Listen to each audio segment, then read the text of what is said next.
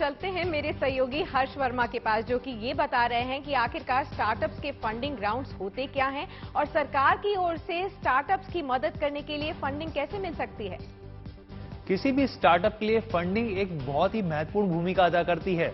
अक्सर ऐसा देखा गया है कि अच्छे से अच्छे स्टार्टअप फंडिंग की कमी के चलते दम तोड़ देते हैं। अगर आपका स्टार्टअप भी फंडिंग की कमी से जूझ रहा है तो मैं आपको आज एक बहुत ही सरकार की शानदार स्कीम के बारे में बताने जा रहा हूं। अगर आप उसकी शर्तों को पूरा करते हैं तो आपको तुरंत फंडिंग की जो आपकी दिक्कत है वो तुरंत दूर हो जाएगी। लेकिन उससे पहले फंडिंग का फंडा आखिर है क्या, फंडिंग की एबीसीडी क्या है, क्योंकि अक्सर आप अखबारों में देखते होंगे कि फलाना स्टार्टअप को सीरीज राउंड की ये फंडिंग मिल गई या फिर ये यूनिकॉर्न बन गया, इसकी वैल्यूएशन इतनी बढ़ गई। तो आखिर ये फंडिंग का फंडा है क्या, मैं आपको पहले इसके बारे में समझा देता हूं। तो देखिए, हमने इसको 3 हिस्सों में बांटा है। सबसे पहले हम बूटस्ट्रैप की बात करते हैं।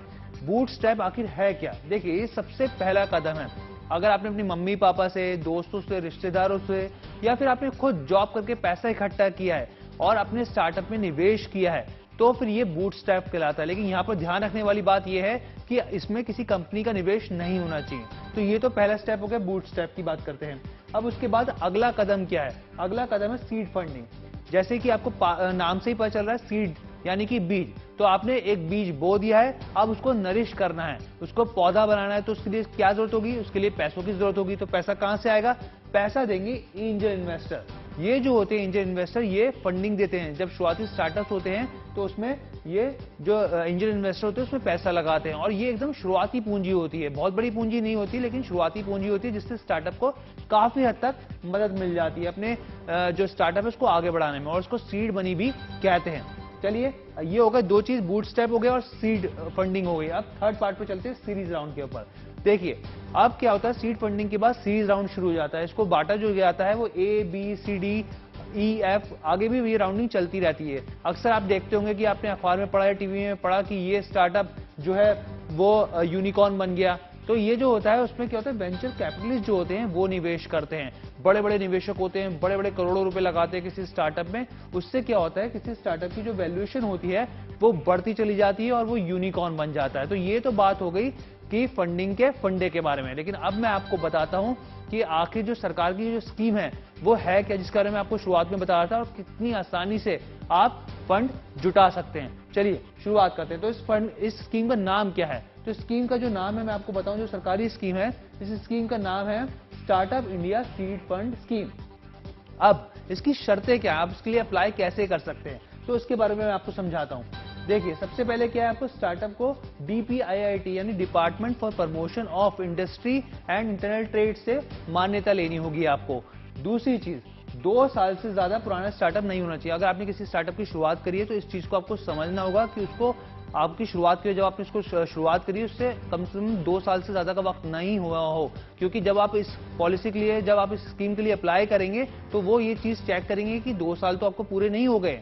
उसके बाद अगला क्या है इसमें शर्त, देखिए 10 लाख से ज्यादा आर्थिक सपोर्ट ना मिला हो।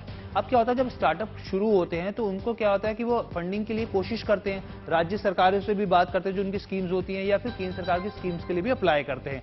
तो कई बार ऐसा होता है कि स्टार्टअप को वो निवेश मिल जाता है, वो फंड मिल जाता है। तो अगर आपको आपके स्टार्टअप को 10 लाख रुपए से ज्यादा का फंड मिला हुआ है तो फिर आप इस स्कीम के लिए आप पार्टिसिपेट नहीं कर सकते, इस स्कीम में आप इसका हिस्सा नहीं बन सकते। तो इस चीज को ध्यान रखना होगा।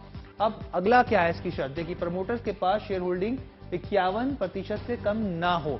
इस चीज को ध्यान रखना। कई बार ऐसा होता है कि विदेशी स्टार्टअप आते हैं, बाद में अपना स्टार्टअप शुरू करते हैं, तो इसमें साफ तौर पे शर्त रखी है कि कोई भी भारतीय जो प्रमोटर होगा उसकी हिस्सेदारी स्टार्टअप में 51% से ज्यादा होनी चाहिए। इस चीज का आपको ध्यान रखना है। अब अगली शर्त क्या है, देखिए कुछ स्टार्टअप को सरकार से वरीयता। अब ये शर्त नहीं है, ये एक अच्छी चीज है, क्योंकि हम लोग लगातार देख रहे हैं कि सरकार का जो फोकस है कुछ स्टार्टअप, स्पेसिफिक स्टार्टअप से काफी ज्यादा सरकार फोकस कर रही है। तो उन्होंने कुछ स्टार्टअप्स को प्रेफरेंस दे रखी है।